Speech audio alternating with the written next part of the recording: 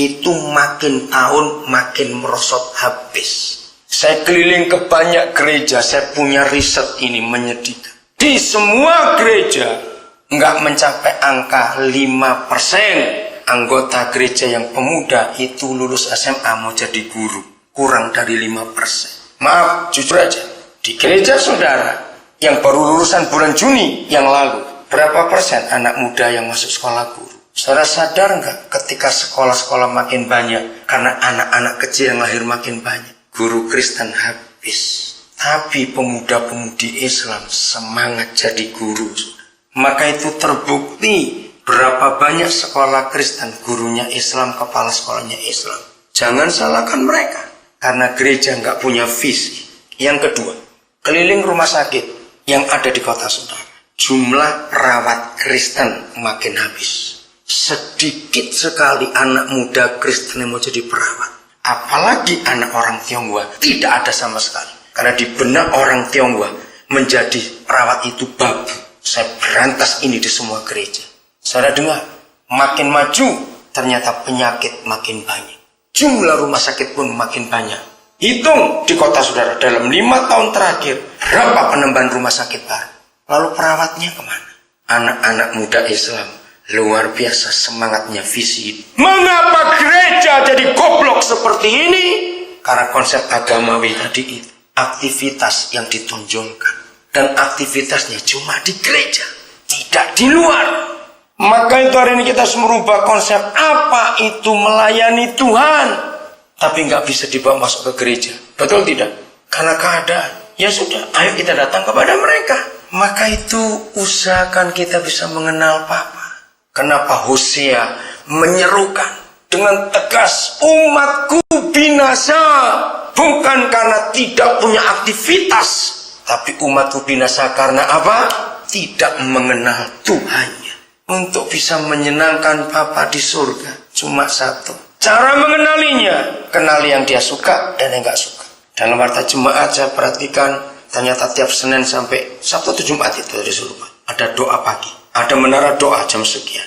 Ada doa puasa hari apa. Saya ajak saudara merenung ini. Tiap kali saya ketemu orang Kristen yang berpuasa, saya tanya, saudara puasa untuk apa? 99% jawabannya adalah begini, puasa untuk mencari kehendak Tuhan. Hari ini kita harus belajar.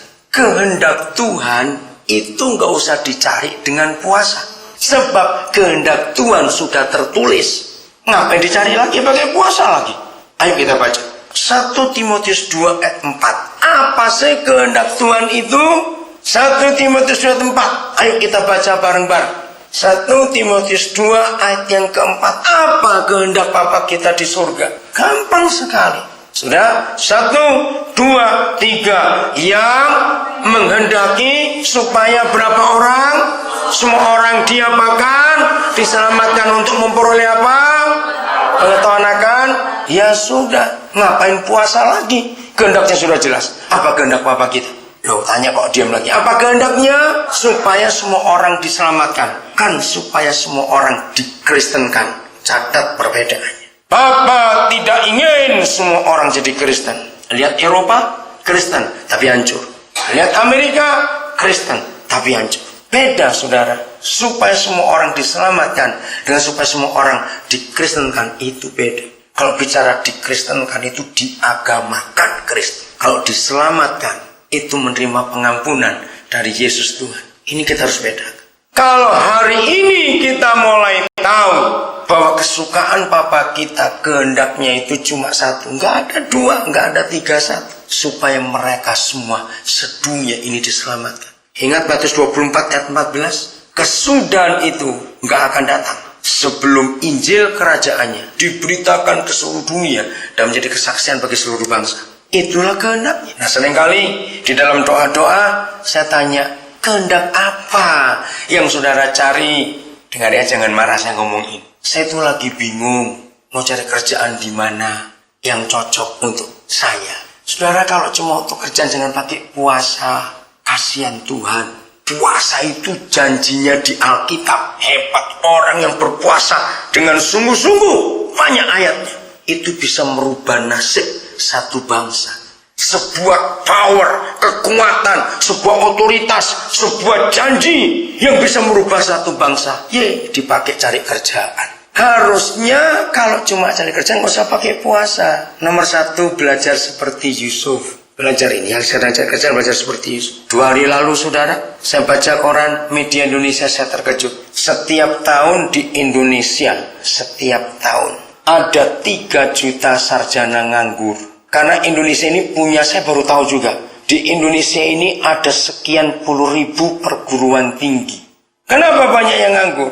Karena konsep pendidikan yang salah di negara kita. Nah, kalau semua anak Tuhan mencari kerjaan seperti Yusuf, dengar yang konsep penting. Saudara baca di kitab Kejadian. Yusuf mencari kerja itu karena gaji atau karena visi? Ini penting. Apa visinya? Ayo, kalau jawab visi itu apa visinya? Ayo, harus tahu. Jadi berkat. Maka itu gaji bukan nomor 1. Kalau anak Tuhan cari kerjaan gaji nomor 1, apa bedanya engkau dengan orang di luar gereja? Maka kalau cari kerjaan, bukan gajinya dulu. Tanya, apa? Di mana aku bisa jadi berkat? Walaupun gajinya kecil. Ingat loh, Yusuf itu malah nggak digaji, tapi dia terima. Maka kalau saudara baca Kejadian 39, menarik sekali. Ada kata-kata, maka rumah orang Mesir itu diberkati Yahweh karena Yusuf. Hebat sekali. Yang harusnya Yusuf marah-marah sakit hati karena dia diperbudak. Enggak, dia jadi berkat. Mencari kerjaan jangan pakai doa puasa, pakai naluri Injil. Di mana aku bisa jadi berkat. Digaji berapapun, kalau itu Roh Kudus yang nuntun, terimalah. Ayo amin atau aman, coba jawab. Bener, awas kamu bingung-bingung lagi. Jadi jangan puasa cari kerjaan. Kenapa saudara puasa? Kontrakan kami habis. Kami itu belum tahu pindah kemana. Cari rumah itu nggak usah pakai puasa juga. Saya anjurkan ada metode mujarab. Kalau orang Kristen cari rumah, cari yang ada setannya. Itu murah. Katakan amin, cepat. Serius, itu nggak usah doa puasa lagi. Katakan ya atau tidak, yang menjawab. Ya sudah, ngapain puasa? Cari informasi, yang ada setannya mana? Setan paling takut dengan kita masalahnya. Nah, jadi jangan puasa untuk itu ya. Itu bukan kehendak Tuhan lagi. Kenapa saudara puasa? Lagi bingung cari sekolahnya anak. Ini kok akhir tahun pengajaran, mau sekolah yang mana? Itu pun nggak usah puasa. Cari sekolah yang baik, murah, dekat rumahmu. Masukkan. Ngapain puasa lagi? Amin kan lagi hari ini. Saudara, kita harus merubah. Puasa bukan mencari kehendak Tuhan. Sebab kehendak Tuhan sudah jelas di 1 Timotius 2:3. Yang saya paling marah lebih lagi, kalau puasa cari jodoh. Awas kamu. Pak Gembala, jangan boleh puasa cari jodoh, Pak Gembala. Itu salah, sudah. Ya serius. Kalau saudara puasa untuk hal-hal begitu, itu gini ilustrasinya. Di rumahmu ada seekor nyamuk nakal, jengkel. Saudara nuklir rumah itu untuk membunuh nyamuk. Lo ngerti nggak ilustrasi ini? Itu kan goblok betul. Nyamuk kok dinuklir. Nah, seperti itu kekuatan puasa. Puasa itu bisa merubah nasib satu bangsa. Engkau pakai untuk cari jodoh, terlalu kamu. Kejadian 2:18. Yang belum menikah catat, yang sudah menikah nggak boleh baca ayat itu. Kejadian 2:18. Jodoh itu sudah Papa sediakan sejak kita belum lahir. Amin kan yang belum kawin? Yang sudah menikah jalan terus, nggak boleh bertobat. Salahmu sendiri, karena dulu nggak mikir. Jadi jodoh sudah ada sejak kita belum lahir menurut Kejadian 2:18. Pribadi pertama di dunia yang berinisiatif manusia menikah itu Papa kita, katakan amin. Maka itu kalau ada orang gak kawin-kawin, yang bingung bukan mamanya atau bapaknya, Tuhan yang bingung. Ini kenapa gak kawin-kawin anak ini? Karena dia berinisiatif. Nah, dengarkan baik-baik. Jodoh itu cuma 1 kriterianya yang belum kawin catat nih. Mau tahu? Kalau nggak mau tahu saya nggak ngomong soal ini, sayang. Semangat sekali Pak Gembala, lihat itu mereka Pak Gembala.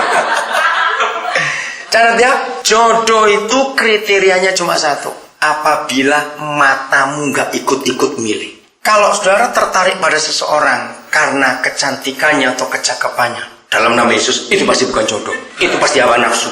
Kalau jodoh itu begini, jelek sekali, tapi hatimu kesetrum. Nah, itu dia. Katakan amin, cepat. Serius saya. Loh, dengarkan. Bertobat yang mata itu ya, awas kamu. Maka itu ada orang gak kawin-kawin karena matanya yang menentukan. Sebetulnya dia sudah kawin 6 tahun yang lalu.